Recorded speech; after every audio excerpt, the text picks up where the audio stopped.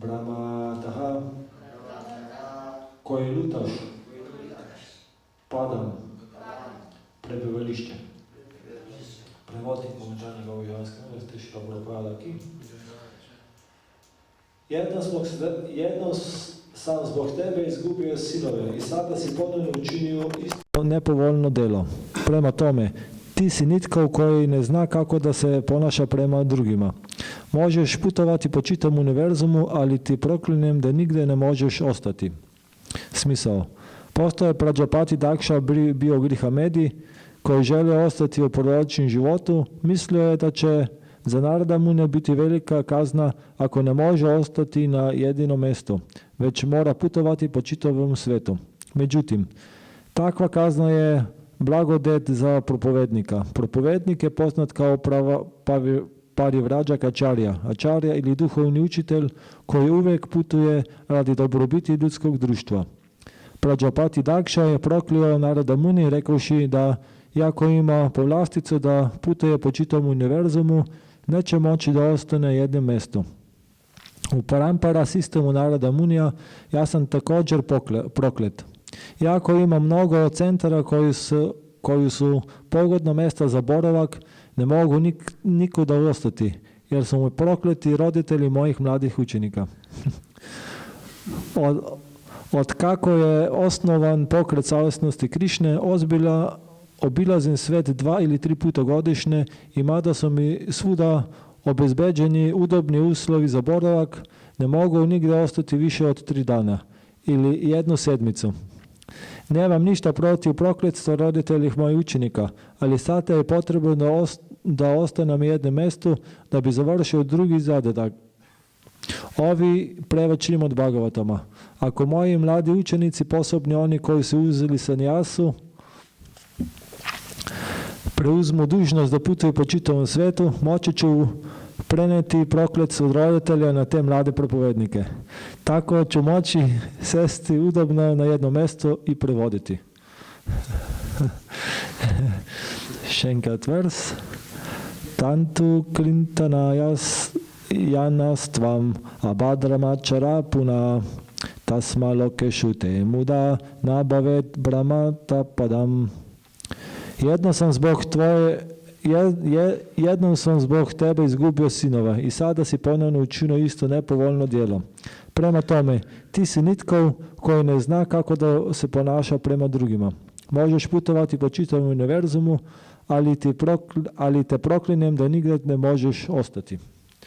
Namo Nišnu Podaya Krišnu Prstebutale Šrimate Chandramauliti Namine Namo Nišnu Podaya Krišnu Prstebutale Šrimate Bhaktivedanta Swamiti Namine Namaste Sarasate Deve Gauravani Prachane Nirishesha Shunivani Pachatate Jai Shri Krishna Chaitanya Prabhu Nityananda Shri Advaita Gadadhar Shri Asadi Gaura Bhaktin Hare Krishna Krishna Krishna Hare Hare Hare Rama Rama Rama Hare Hare. Hare Krishna, hvala, kad ste se vzeli čas pa prišli. Dokaj zanimiv komentar Šrila Prabhupade. Pa končno smo prišli do tega, o čem poglavje govori, da je bil Narada Muni preklet. Malo bi rad opisal, kdo pravzaprav sta Narada Muni pa Dakša. Ni tako, kot mi mislimo, da je univerzum slučajno nastal, da je bila neka eksplozija, pa so pol planeti se po nekako slučajno začeli vrteti, pa gibati, pa krožiti, pa ne vem kaj delajo. Ampak so bili ustvarjeni strani Brahme in so bili ustvarjeni s tem namenom, da bi ljudje, ki nočejo služiti Krišni, postali uživalci in kontrolorji. In eni od teh ljudi smo tudi mi, ker mislimo, da se okrog nas svet vrti oziroma da smo mi uživalci, ampak pravijo, da naše uživanje je samo odsotnost trpljenja in večinoma vidimo, da si sam bolj domišljamo v naših mislih, da uživamo. Da bi bolj razumeli, kdo sta Brahma pa Narada Muni, to sta brata oziroma sinova Dakša pa Narada Muni, to sta medsebojna brata, ampak sta tudi sinova Brahme. In Brahma ni slučajno se zmotil pa slučajno neka živa bitja ustvaril, ampak je delal po nekem sistemu. In kot vidimo iz imena Narada Muni, oziroma če poznamo vseh teh njegovih 10 prominentnih sinov, bomo videli, da so večinoma vsi neki muniji. Če bolj poročujemo Bhagavatam, bomo videli, da samo Daksha pa se pravi Manu, oni so edini, ki so neki populacije razširili po tem univerzumu. In zato, ker so imeli pač to moč oziroma to nalogo, so včasih postali tudi zelo ponosni in zaradi tega je tudi Daksha izgubil svojo glavo, ker je kritiziral Šivo in je mislil, da je on najbolj ugleden, ker obkrožen s prominentnimi ljudmi izvaja jage, da ima še več denarja, uživa in vsekakor je uspešen v svojem delovanju. In je imel že v preteklosti problem, ker isto preklel nekega oziroma kritiziral neko osebo, ki je bila duhovno napredna, in to je bil gospod Šiva. In o njemu tudi ni imel dobrega mnenja, ne je rekel, ta Šiva v pepelu živi, nima nič denarja, kako se lahko uženi z mojo hčerko, ki je iz plemenite rodbine, ki je na en kaj, on pa nima nič. Rečeno, da Šiva nima res nič, da živi pod drevesom, in v enem primeru mu je en učencelj, ne vem, kdo mu je podaril hišo, ampak je to hišo hitro dal naprej kot miloščina drugemu, tako da ni bilo. Ampak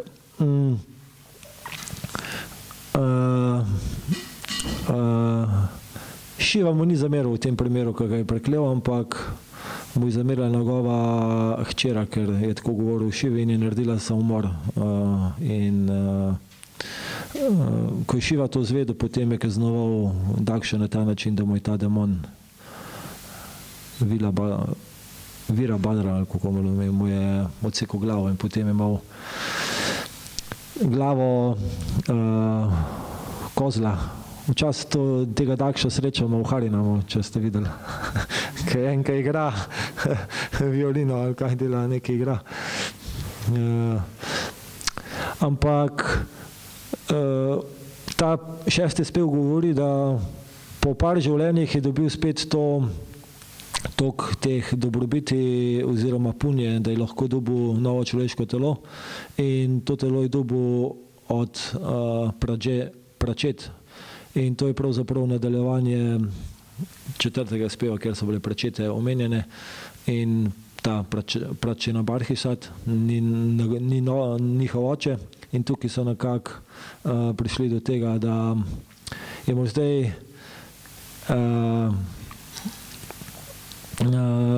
isto priliko, ampak je spet preklel sveto osebo. Ampak tukaj mogoče malo upravičen, ker je tukaj rekel punaha, če ste zasledili beseda, je bilo gor, da je ponovno pridigal.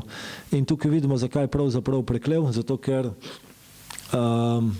mislim, da je imel prve Daksha, je imel 10,000 sinov, in teh 10,000 sinov je delal tapasje, da bi vemo, da v vedskih časih vsak, ki je hotel doseči neko izjemno dejanje, je mogel neko strogost narediti. Tudi vidimo v današnjem času, recimo, če hočete za vsakega športnika je mogoče največja trofeja, da gre na olimpijske igre, ampak vsak športnik ve, da zmagaš na olimpijskih igrah, to ni plod dela enega meseca, ampak 10 let trdega dela. Tako tudi Daksha je vedel, da če hoče dobro potomstvo, mora tapasjo delati. In je tapasjo naredil, da je lahko dobil 10,000 sinov. In potem so pa teh 10,000 sinov tudi delali tapasjo, da bi lahko naselili cel univerzum z dobrimi potomci. In se je zgodilo pač, ko so te sinovi meditirali, je Narada Muni rekel, da če že meditirajo, pa če že so brahmačari, da brez veze, da se zapletajo iz družinskim življenjem, ostanejo brahmačari in bo to super. In ker je bila to Satya Yuga, ker so bili vsi bolj duhovno smerjeni, zdaj smo v Kali Yugi in je to zelo težko, da kakšnega srečo, da se odlod za meniha, če mu rečeš, da si bil menih, pa reče, kva se zbolel, si nisi normalen, ali kaj te nas spodbuje. Ne? Ampak takrat ni bilo treba veliko reči in oni so rekli, ja, pa bomo. Ne? In takrat je nekako Dakša se še ni razjezil, je rekel, ok, ne mu bo. In zdaj, ko moj pa drugič je pa naredil še 1000 otrok, ki so se drugače imenovali, prvi so bili Harijakše, druge so bili pa, ne vem kaj so, v glavnem. In te isto srečo nareda Muni in isto pridigal in spet so postali brahmačari in potem je Dakša znorel in jih preklel. Kar bo zanimivo, da naslednje poglavje se pa imenuje Potomci Dakšinih hčera in pravzaprav je Dakša rekel, ja, ta naš narod Muni je brahmačar in brahmačari ponovadi ne pridigajo ženskam, tako da bo drugo taktiko ubral, da ima 60 hčera in v bistvu vemo iz teh hčera je večinoma prišlo največ populacije v našem univerzumu. Mogoče za tiste, ki ne verjamete, da so na drugih planetih prebivalci, pravijo, da 27 teh hčera so nakšatri oziroma te prominentne ozvezdja in rečeno je, da to so vladarice teh zvezd. In če nekdo vlada v nekem ozemlju, pa to ni samo ozemlje, mora tudi kakšen prebivati. In Prabhupada večkrat govori, da vsa planetna nebesa so naseljena. In vemo, da vse te osebe, kot Dakša, kot Narada Muni, imajo neko funkcijo. In njihova funkcija večinoma, vsi ti otroki Brahme so nekako Muni oziroma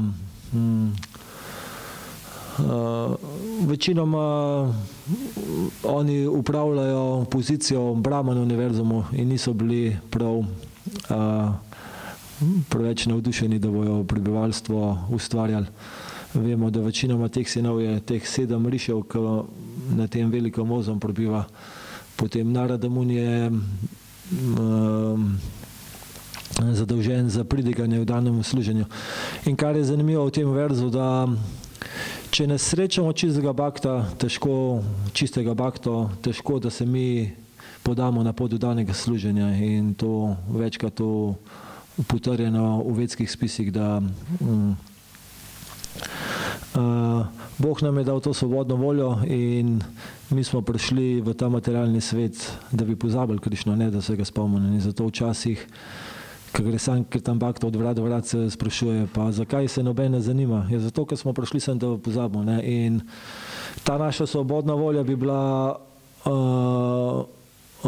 kako bi besedo uporabil, bi bila zlorabljena, če bi Krišna prišel pa nas nagovarjal, da se mu predamo. Ampak on je podal te svete spise in v teh spisih piše, pač, da si treba predati Krišni. Ampak večinoma te pridigarji oziroma Brahmane, oni pridigajo po svoji interpretaciji oziroma po svoji želji. In zato pravzaprav boste videli, da na mnogih mestih v svetskih spisih piše, da Krišna bi svojo roko dal, da bi zaščitil Brahmano. In moj Brahmana zelo pri srcu. In Brahmana je pravzaprav oseba, ki jo ima Krišna zelo rad, ampak v tem primeru imamo tukaj opravka z Narada Munijem, ki ni samo Brahman, ampak je pravzaprav Vajšnava. In Brahmana pomeni, da ti da to osnovni princip, da obstaja tudi osvoboditev tega materialnega sveta, ki je brezoseben, ampak Vajšnava pa ve, da nobena oseba, nobena živo bitje ne zdrži dolg v kontaktu z brezosebnom spoznavo, ker mu postane dolg čas, ampak rab neka osebno in se ima na to dve možnosti, ali se vrne v materialni svet, pa tukaj najde neko osebo, s katero bo izmenjeval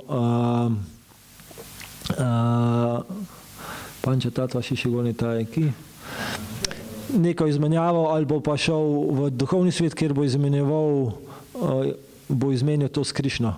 In tukaj Narada Muni prav tem oziroma Prabhupada komentira, da Prajapati Dakša je bil grihamedik, ker se ni zanimal za to, ali bo dobil osvoboditev, ampak je iskal to materialno zadoščenje tukaj. Ne? Ampak ta vers govori o tem, da pač Narada Muni pa ni bil tega koncepta in je rekel, da to je izgubljanje časa, ampak izgubljanje časa, če gledamo iz vidika večnosti, ne? Ker iz vidika večnosti je rečeno, da mi, ki padamo iz duhovnega sveta, je to samo naša misel. Mogoče bilo pa na zemlji bolj, pa bi imeli svojo službo, pa bi bili svoji gospodarji, pa bi imeli svoj denar. In pol nam izpolne Krišna to željo, ampak pravi, da ta želja oziroma sam ta misel, ki mi mislimo, pomeni, da se že milijardokrat rodimo na zemlji in hočemo nekako priti v najboljši položaj. Ampak pravi, da je to iz vidika večnosti, pa to pomeni, da je bila to samo neka kratka misel in v bistvu pravijo, ko pridemo nazaj v duhovni svet, nismo koleč toliko neumni, da bi prišli spet nazaj v materialni svet. In Narada Muni oziroma pridigari se zavedajo tega, ne? In zato oni pridigajo, da ne smemo trati časa. In kar je zanimivo, če ste mogoče zdaj vi, ki spremljate ta poglavje, je bilo opisano, da je kar nekaj verzov pred tem je Dakša nekako pridigal Narada Muniju, je izrekel kar nekaj stvari. In ena izmed stvari je tudi ta, ki je zanimiva, ko včasih tudi nam mogoče malo bližja, ker če ne greš čez grehasta življenje, potem se ne moreš v bistvu udvojiti, ker prvi moraš izkusiti, da grehasta življenje ni v redu in potem se boš odvojil, ne. Se pravi, bolj po domače rečen spržil, ker se boš doma spržil, potem boš lahko, ampak tukaj Prabhupada oziroma Bhagavatam prav, da to ni res, ne. In tukaj Prajapati Daksha v bistvu kritizira Narada Munija, da ti se pravzaprav skriva za tem žafranom oziroma za to obleko odvojenosti, ne, in v bistvu nisi odvojen, je rekel, jaz sem pravzaprav odvojen, ne. Ampak Prabhupada to na več načinov komentira in pravi, da kdor ne poskusi brahmačari življenja, potem ankolno vedo, če lahko res postane kakor Narada Muni, da je brahmačar in pol sanjasi, ne, kakor zdaj vidimo v tem verzu, dosti govori tudi o sanjasi, ne. Zanimivo je tudi to, da večinoma v tem sistemu, ki se imenuje Varnašrama sistem, moraš iti prek več stopenj, ne, in samo ena stopnja je grehasta ašram, večinoma druge stopnje so mesta, kjer živijo odvojeno. In namen brahmačari življenja je, da teoretično razumemo, da v družinskem življenju ni uživanja. In v bistvu, če razumemo, da smo mi v družinskem življenju samo sluga in da smo iz ženo oba dva sluga, ko en drugega vzajemno služba, potem smo duhovno nekako zreli in je potem lažje. Če pa mislimo, da bomo kontrolorji pa uživalci, potem nas pa čaka velik problem. Potem grehasta življenje pomeni, da moramo nekako tudi realizirati znanje, da v bistvu nismo to. Ampak pravijo, da inteligentne osebe to realizirajo že iz praktičnega vidika, ampak vem, da Prabhupada večkrat govori, da imamo 4 vrste ljudi. Eni vidijo, enim drugi povejo, to ne smeš delati, ker ne bo ne to zate, ne.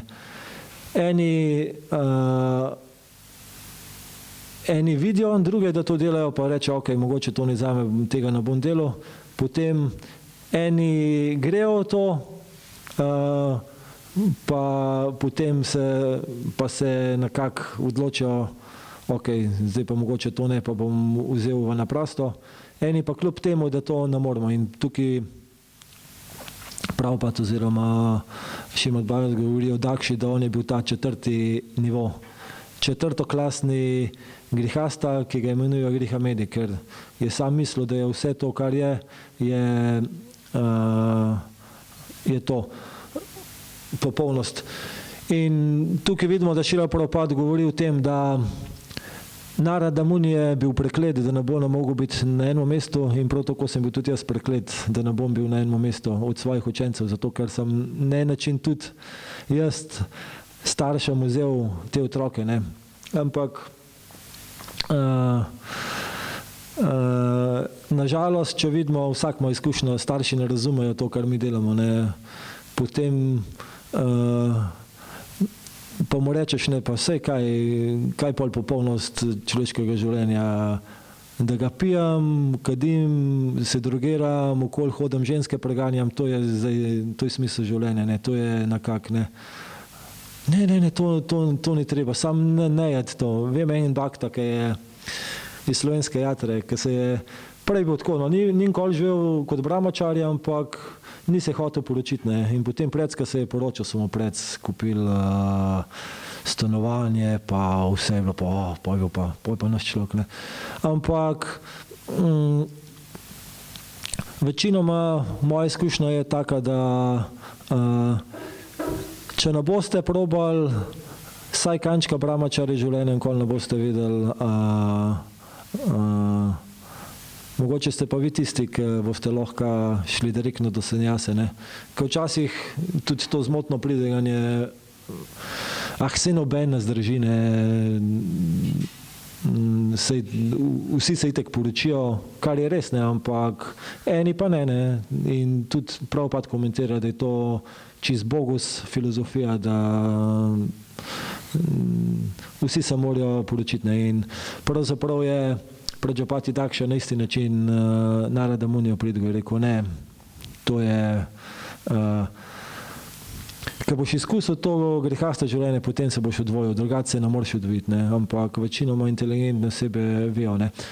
Ampak mogoče tiste, ki poznate Narada Munija zgodbo, pa mogoče tiste, ki ste bili na Sunday Feast lekciji, mogoče ste zaznali, kaj je Bhagavad Dharma govoril, ne, te znamenite verze, ki so v prvem spevu, v drugem poglavju, ne, od 16 do 23, ali koliko so našta prejšel, Badrašov, pa da iz mantrenjem, v bistvu, kako postanemo zavestni Krišne. In to je samo teoretični primer, ampak praktični primer je bil pa Narada Muni, ker on je v bistvu dobil milost, ki je služil. Bhagavad Dharma je rekel, da so tri stvari, ne, da se moramo predati, da moramo biti ponižni, pa da moramo služiti, ne. In Narada Muni se je predal Vedantam. On je bil, v prejšnjem življenju je bil sin služkinje, in ta služkinja je služila v tej Čaturmasi oziroma tej deževni dobi napredne Vajšnove, in v bistvu s tem je dobil milost njih, ker je imel tudi on milost, da lahko sluši, in je dobil to milost. Ni dobil popolnosti v svojem prvem življenju, ampak je v bistvu dobil Daršan Krišne, in to je bilo vse, kar je dobil, ampak njegovo nadaljne življenje, ki je postal Narada Muni, je potem bilo tisto, kar je to, da je lahko postal, ne. In na ta način vidimo, da samo če srečamo čistega bhakta, potem lahko postanemo res zavestni Krišne. In kar je zanimivo, eden od teh verzov v Bhagavatamu tudi govori o tem, da sta dve vrste Bhagavata, je to književnost Bhagavatam oziroma oseba, ne. In tukaj Prabhupada govori, da zdaj, ko je to prekletstvo prišlo na moje učence, potem bomo jaz možnost, da lahko nadaljujem s pisanjem Bhagavatama. In tako vidimo, da najboljši način je, če nam oseba Bhagavata da Bhagavatam, in to vidimo v Prabhupadovem primeru, zakaj pravzaprav ima Bhagavad Gita tako težo, oziroma Bhagavatam. Pravijo, da je bilo na tisoče prevodov Bhagavad Gita, ampak nobena Bhagavad Gita druga ni naredila bhakt, zato ker so bile pač neka duhovna knjiga, ki jo interpretira, ampak ni bilo nič takega, ne. Kar je pa zanimivo, da je za Kali jogo napovedano, da so, ne vem, 5 stvari ali so 3 stvari, ki so prepovedane, in ena od stvari je, da bi vzeli sanjaso. Ampak ta sanjasa, ki je prepovedana, je pač ta sanjasa, ker človek potuje, pa je odvisen 100% od Boga, ampak Prabhupada je rekel, da prava sanjasa pomeni, da potuješ in pridigaš. Pravi tudi, da v vetskem sistemu obstajajo 4 nivoje sanjase, da prva je kutičaka, mislim, da se imenuje, se pravi, da je to človek, ki vzame sanjaso, kar pomeni, da se odvije od žene, ampak mu še zmer ta žena kuha, ampak nima kontakta z njemu. Recimo, če mogoče malo vetsko kulturo poznate, 1 stopnja prej je vanaprasta, ker ima oseba kontakt z svojim partnerjem, ampak je samo prijateljski kontakt. Ta nadaljna stopnja kotičaka pa pomeni, da domuje v neki slamnati oziroma leseni hiši in na koncu vasi in mu žena kuha, ampak mu sinovi nosijo to hrano.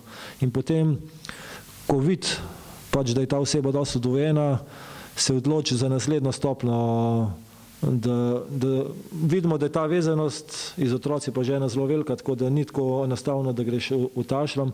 In pol, ko on gre prek tega, potem gre naprej na tak način, da postane madokari. Madokari je čmrl, v bistvu čebela, ki zbira med. In v bistvu to je prava vrsta sanjase, ker si ti Prabhupada komentira, da definicija sanjase je tisti, ki je 100% odvisen od Krišne, oziroma ne imajo vse. On gre od bajta pa do bajta, včasih se mu zgodi, da veliko dobi, včasih se mu zdi, da nič ne dobi, ampak se sprijazne s tem. Ampak mora imeti to vero, da včasih tako nič ne dobi, včasih pravijo, da včasih 3 dni nič ne dobi, ampak večinoma Krišna po 3 dneh poskrbi, da sanjasi dobi za preživeti. In pravijo, da eno od načel tega madokarja je, da ne sme histam bajtem hoditi, ne? Ker mi imamo to tendenco, da vemo, da gremo do določene bajte, pa ful dobimo, do določene bajte pa nič, ne? In v bistvu to je prepovedano, bi mogel zmer do nove hiše, ne bi smel iti 2 do 1. In potem, ko pride do tega, da ima to čvrsto vero v Boga, da ga on zaščiti, potem gre pa na nadaljnjo stopnjo, kjer je pa Prabhupada propagira, to je pa parivraja kačarja, se pravi tisti, ki potuje. Ne? In tukaj pravi, da pravzaprav za Narada Munija oziroma za nasledstvo učencev, ki prihajajo od Brahme, ki Brahma je poučil Narada Muni, Narada Muni je Madhva in Madhva je pač prišel do Čaitanja Mahaprabhuja in mi smo nasledstvo. In Prabhupada pravi, da on je pravzaprav isto ta, ki potuje in pridiga. Ne? In vemo, da razpoloženje Prabhupada je bilo, da večinoma je pridigarsko gibanje, ker obstaja še 1 stopnja, to je 4. stopnja. 4. je pa Paramahamsa. Paramahamsa je pa enem mestu, pa izvaja bhađane, ne. Ampak Prabhupada nikoli ne zagovarjal tega, ne. Izmer rekel, da dokler imate življenje vse, morate pridigati, ne. In zdaj sem gledal, pač najbrž je v naslednji knjigi napisan, katerega leta je bil ta Bhagavatam zaključen, ampak zgleda, da je Prabhupada že bil že visoki starosti, je bilo to po moje že okoli leta 75 ali pa 76, zato ker je videl, da je že slab telesno in zato je rekel, ok, zdaj sem usposobil svoje učence in moji učenci bojo pridigali, kar je najpomembnejše pravilo. In zato, ker meni bo treba pridigati, bojo pa učenci, bom pa jaz lahko Šrimad Bhagavatam in bojo potem zaključil bi še iz eno izjavo, da vsi poznamo Adi Puruša. Adi Puruša je večkrat rekel, da obstajajo dosti bhakt, ki so na nek način zreli, ampak ne toliko, da bi lahko v Vrindavan šli živeti. In je rekel, da jih on veliko srečal, ko so mislili, ja, zdaj sem pa že na tej stopni in bom lahko samo bhađane, oboževal Krišno, v Vrindavan živijo. In je rekel, oni živijo 1 let, mogoče 2 let, 3 leta, potem se pa spet vrnejo nazaj, ne, ker niso še na tej stopni. In je rekel, da jih je ogromno že srečal in da zdaj razume, zakaj v bistvu naše gibanje je bolj pridigarsko. Je rekel, da to mogoče sanjasi, ki so res že nič ne morejo narediti, samo na enem mestu, pa se lahko temu predajo, ne. Drugače pa za nas ne. Drugače je prav pa samo eno Babaji iniciacijo dal, če mogoče kaj še ne ve, da je, ampak je bila ta oseba na smrt bolana in je rekla, zdaj kaj, bolj kot da bolen, sem moram bolj da Vrindavan, ne, in ok, rekel, prav pa to, ne. In potem ta oseba zvedela, da so se doktori zmotili, da ni imel nekaj raka ali kaj imel. In potem je ta oseba, potem, ko je izvedela, da nima več tega problema in da bo živel, potem se je zelo hitro vrnil nazaj na zahod k ženi in je bilo to konc. In v bistvu, da je bila to edina Babaji iniciacija, ki je prav padal in je pol videl pač, da kar je bilo za propada zelo enostavno, za nas je dosta težko in je videl, da tudi potem v njegovih kasnejših letih, da pač je dal dosti teh sanjaz pozicij, ampak je rekel, bolj, da jih dal spade, pa vsaj kaj še nastane, kakor da ne poskušajo, ne. Ampak vidimo, da kar nekih je pa res dobrih pridigarjev, pa so ostali, tako da če bi na začetku že rekel, se to je brez veze, ne bi nobenega, ne, pridigarja. Če imate kakšne vprašanje, komentarje, ne bi več govoril. Ja.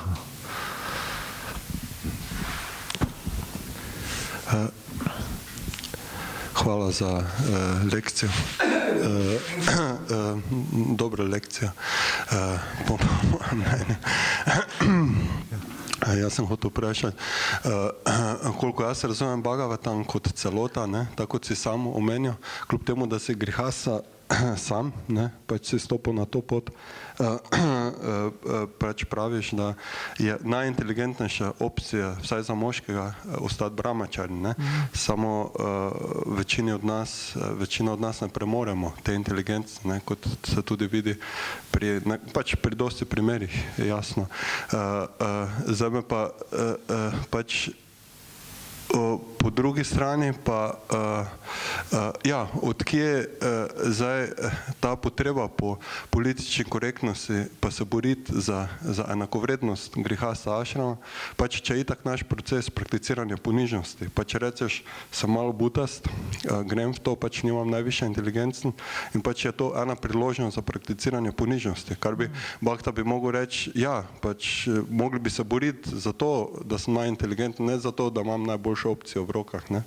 Pač to se meni zdi dobro izhodišče za ponižnost, ne.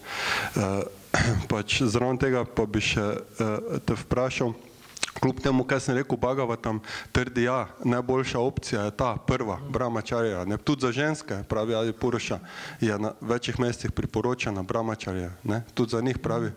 Čeprav je pol Vrišabhade v onih slavnih tistih junaških verzih o nenavezanosti, ne, takoj na začetku omenja tudi grihasta ašram, tako da je jasno, da tudi za one najhujše, najbolj nenavezane je ta grihasta ašram realna opcija, ne, drugače ga Vrišabhade v tistih svojih hudih verzih ne bi omenjal, ne, in tam omenja način, na katerega lahko grihasta ašram izvedeš na ne total butast način, ampak mogoče ne še na precej inteligenten, kljub temu, da nisi najbolj inteligenten, ga lahko izvedeš še vedno na zelo, zelo inteligenten način, ne. Tako da Bhagavatam nam, kar ti o tem tudi večkrat govoriš, ne rajmo kot bedaki iti v službo pa služiti 1000 evrov, če lahko se držimo Vrišabhadevih navodil za grihasta ašram, če najdemo kvalificirano ženo za tak grihasta ašram, ne. Tako da, če lahko to komentiraš. Ja, tematika je sigurno dosti taka. Drugače, moramo pravilno razumeti te stvari, ne, ker dosti opažam pri Bhakti grejo v ene ekstreme, ne, pač najbolj oni zagriženi grihaste pravijo, brez veze je to brahmačari, ker itak, ampak jaz rečem, bolj da si saj pol leta brahmačari, boš dobil ful nekega, mislim spet neka beseda ful, boš dobil ogromno nekega treninga, ker ti bo to pomagalo naprej, tudi če je sam pol leta, jaz bi vsem predlagal, da grejo. Pač predlagal bi tako, da pač doštudira in pa gre, kakor je Jašoda Dolaljen, najboljši primer. Ni pustil faksa, pa pol nima še zdaj naredil, je šel za 2 let, se je oženil in to je najboljši primer. Eni pa mislijo, sej, itak ne bom, pa brez veze, bolj da ne. Po drugi strani pa pravijo za grihastov, da če je da grihasta, ki ima, to je tudi koncept, ki ga mogoče v Iskonu zlorablja, da grihasta pomeni tisti, ki ima spolne odnose samo za spočetje otrok, ne, in pol so pač pa tako s vami naredili kakor neko, ni anketa, kako se reče, neko, kdo res ima sam za spočetje otrok, in 80% ni imel sam za spočetje otrok, ne, in to je mogoče malo bolj taka krščanska fora, ki moraš biti v celibatu pa to naprej, ne. Ampak prav pa komentira to, da če smo na tej najvišji stopnji, da imamo sam za spočenjanje zavestnih krišnih otrok, potem se mi ne razlikujemo od sanjasija, ne, smo mi sanjasi, ne. In je to nekako dober odgovor, ne, na to, kar si govoril, ne. Ampak pravijo, da kar vidim tukaj pri nam treninga manjka, ne, ker če si dober brahmačari, dobiš, znaš izvajati sadhano. Če pa direktno vstopaš v grihasta ašram, jaz vidim zdaj, ne, ni več toliko sadhane, kot je bilo prej, ne. Če pa že prej nismo, pa sploh ne veš, kaj je to sadhana, in te v bistvu to te gor drži, ne, in se lahko bojuješ s tem, da saj veš, kaj je standard, pa kaj bi mogel, ne, če pa že direktno to pa ni, ne. Pa še ena stvar sem mislil reči, da je, da ljudje se tudi napačnega razmišljajo, ne, da recimo jaz, ko sem se športom ukvarjal, sem s kolesarstvom se ukvarjal, pa so vsi pol mislili, ne, ja, koliko si pa pol zmagal, pa ne vem, koliko, sem rekel, nikoli nisem zmagal, ne, ker ni, da vsak pride na olimpijske igre, ne, koliko ljudi poskuša, pa noben ne pride, ne, tako tudi se pravi, moramo prav razumeti ta brahmačari ašram, da stvar je v varnašrami, se pravi, da je brahmačari ašram samo neko obdobje, ne. Ampak ta obdobje ne izključuje, da si pa ti kvalificiran, ampak če ne boš poskusil, nikoli noš ve, da si kvalificiran, ne, da greš naprej, ne. Ampak moramo vedeti to, da se bomo najbrž poročili, ampak še zmeraj moramo pa to zdrav razum obdržati. Mogoče sem pa jaz tisti, ki mi bo to ratal, ne, ampak pri tem moramo biti pa iskreni, pa videti, ne, ali zdaj po 10 letih še zmeraj sam razmišljam o ženskah, ali sem pač iz leta v leto bolj duhovno napreden, pa bolj razmišljam o Krišni lili, pa bhađani, pa pridiganje. Pa vidimo, da nažalost nismo, ampak vidimo pa iz Iskone, da se še zmeraj najdejo osebe, ki jim to rata, pa grejo naprej, ne. In iz tem ne bi smeli biti, ne. Ampak nažalost smo mi iz tacega testa, da vse delamo v ekstremih, ne. Ali smo sam grihasta, ali pa smo oni brahmačari, pa vidimo, da nič ne moramo, pa da nič ne gre, pa še, da se še iz glavo čez zid, ne, hočemo, ne. Ker meni moj Maharač rekel, da je bilo dobro, da se oženem, je rekel, sem kar presenečen, da si toliko hitro pristal na to, ne, ker večinoma, ko so brahmačari, pol oni ustrajajo v tem, ja, to zdaj ne, pa tudi, ko jim že v grlo teče voda, so že čisto potopljeni, pol ne, to ne morem. Pač greš se, ampak moramo razumeti, da vsak ašram je, da postane zavesten, ne. Kakor jaz razumem svojega Maharača, ni problem, če grihasta, ampak on je rekel, vem, da dosti pridiga tem mojim God brotherjem, ne hoditi, kakor ste rekel, ne, kakor osel cel dan v službo, pa to in pol po 30 letih službe vidiš, da nimaš časa ne na Sandefis hoditi, nič.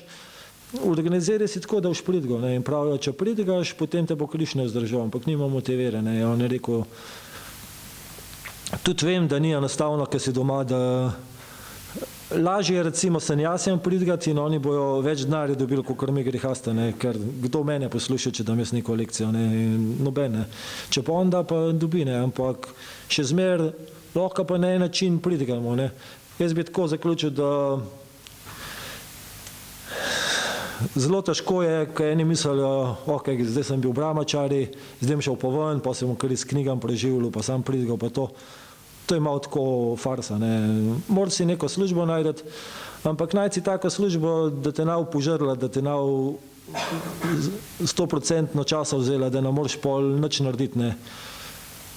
Pravi čas pa res tak, da imaš res veliko denarja, pa daš toliko donacij templu, da ti ni treba nič pridigati, ne, ampak še boljši princip, da zmeraj najdeš, da pridigaš, da hodiš okoli, da daš kakšno lekcijo, kde sej ni nujen, da daš ne vem kaj, da si kot ne vem kaj sanjasi, da vsakeč. Recimo dober primer je ta Pešec, ne, on je v kolhod, pa vemo, da ni zaposlen, pa še zmer se preživlja, ne, dobi neki denarja, ne. Da moj Maharač je rekel, da dobimo denar, ne, Krišna nam pošlje, ampak ne moramo pa pričakovati, da bomo pač kakor nekateri grehasti, ki imajo veliko denarja, da je na veliki nogi živeli, ne, to moramo vedeti. In pa tudi v skladno s tem mora biti tudi naš partner pripravljen na tak način živeti, ne. Ne moramo se mi recimo uženti z osebo, ki pričakuje, da bomo imeli veliko denarja, pa da bomo imeli dobro bajto, pa to. Pol pričakuj, da od tega ne bo, ne. Če imaš pa osebo, ki se s tem strinja in to, potem to gre, ne. Ampak večinoma ženske niso neki navdušene na tem, da ni denarja, pa da okoli hodiš, ne. Pač v skladno s tem ene bolj, ene manj, ampak zmeraj je treba na prvo mesto družinske zadeve, ne. Ker enkrat so vprašali prav pada, ne, ki je imela ena otroka, pa je bila po žari, ne. Pa je rekla, ne, bolj pomembno je, da za otroka poskrbiš, kakor da si po žari, ne. To je druga, ne. Tako vidimo, da moramo biti to in potem moramo na tak način delovati, da lahko še to. Vem, da je teoretično je to super, ampak praktično pomeni, da res tega pridiganja je zelo malo, ampak ne smemo pa obupati, pa že reči, tak se nimam časa, pa ne morem, pa to. Recimo, če vsak nekaj takega naredi, da vsak malo pridiga, se pozna, ne. Če pa vsi že na začetku puško v koruzo vržejo, saj to ni možno, pa to. Pa tudi vem, da je težko, zdaj, ko sem grehasta, je težko neke finance dobiti, da ne hodiš v redno službo. Pač res moraš biti skromen živeti, ne, ni zdaj, da hodiš neke dopuste pa to. Ampak če to sprejmeš, da je to, je pa, tako se mi zdi, no, bolj se dogaja, no. Bolj si spomnim, kakor tista rutina skozi to, pa spol zagotovljen in pol sam padaš v ta film, da, ne vem, no. Tudi po moje, kakšno naravo imaš, ne, če nisi tak, ne vem, po moje te mora filozofija zanimati, pa da to za filozofijo, da daš drugim, ne, drugače ni. Ura je 9, no, aj še kaj ni, ne. Ok, Granta rečino Bhagavatam ki? Šrila Prabhupada ki? Gaura Bhakta Vrinda ki?